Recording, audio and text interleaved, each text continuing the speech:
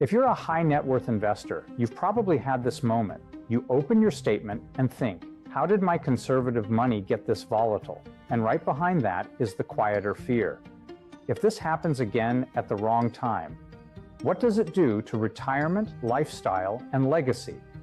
For accredited families, I believe the traditional 60-40 portfolio is broken, not as a theory, but as a tool for the outcomes people actually want: stable purchasing power, dependable income, and confidence you won't be forced to sell at the wrong time. Because here's the issue.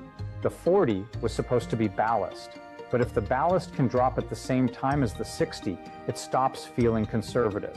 To understand what's changing, we have to look past ticker symbols and into the actual mechanics of how credit is being issued today. Who lends, who borrows, and who gets paid first when conditions tighten. I'm David Harris, and today we're going outside the box to examine the structural shift into private credit.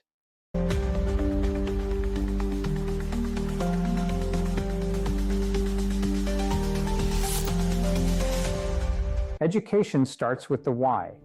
After the 2008 financial crisis, banks didn't just become cautious, they became more regulated. Lending, especially to middle market companies, started carrying more balance sheet cost. So what happened? Banks pulled back from a portion of the market where they used to be dominant, middle market lending. But the real economy still needs capital. Businesses still need growth funding, acquisitions, equipment, working capital. So lending didn't disappear, it moved. That movement is called disintermediation. Credit that used to flow through banks now flows through non-bank lenders, private funds, private credit managers. And this is where a lot of high net worth families feel the disconnect. Most portfolios are built on public market behavior, fast, headline-driven, increasingly correlated. Meanwhile, the lending engine of the real economy has been quietly shifting to private markets. As an investor, you aren't just buying a product, you're providing essential liquidity. The capital banks no longer supply at the same scale. Let's define terms clearly. When I say private credit, I mean negotiated loans made to companies outside public bond markets, often floating rate, often with stricter documentation, and managed by specialist lenders. And the mechanics are straightforward. The manager originates or participates in loans, and investors are paid primarily through contractual interest, and sometimes through fees tied to origination or structuring. This is an important expectation-setting point. The goal here isn't hero-level upside. It's a disciplined, risk-adjusted income stream based on contracted cash flow and underwriting. Now let's look at the deal structure most relevant for high net worth portfolios: senior secured debt. Senior means higher in priority, closer to the front of the line. Secured means there are defined assets or collateral supporting the loan. So if a company hits headwinds, the senior secured lender is positioned to be paid before mezzanine lenders and equity owners. This is where people make the wrong comparison. Private credit is not simply junk bonds with a new label. Mechanically, it often differs in three ways. First, there can be more direct oversight through the manager. Second, you frequently have covenants, rules the borrower must follow. Third, you often have stronger documentation and ongoing reporting. Now, a fiduciary warning: paid first does not mean paid guaranteed.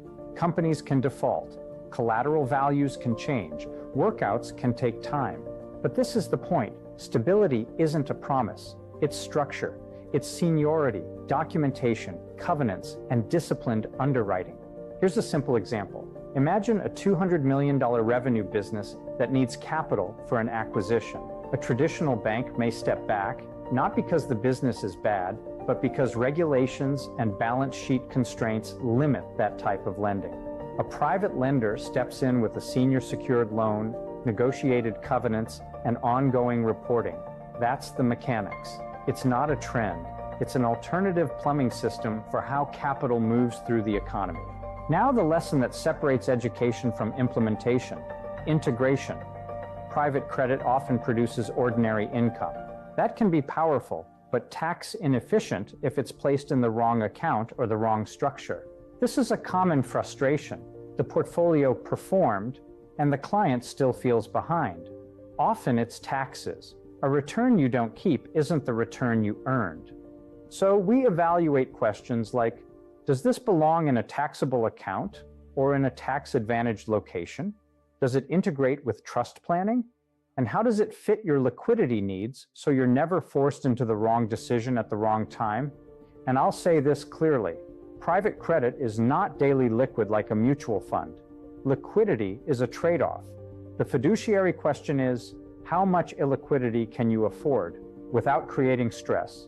It's not what you earn, it's what you keep. Before you allocate, here's the diligence standard. Your goal isn't the highest yield. Your goal is to avoid the two portfolio killers, permanent loss and forced selling. So you ask, how does the manager underwrite? Who's accountable?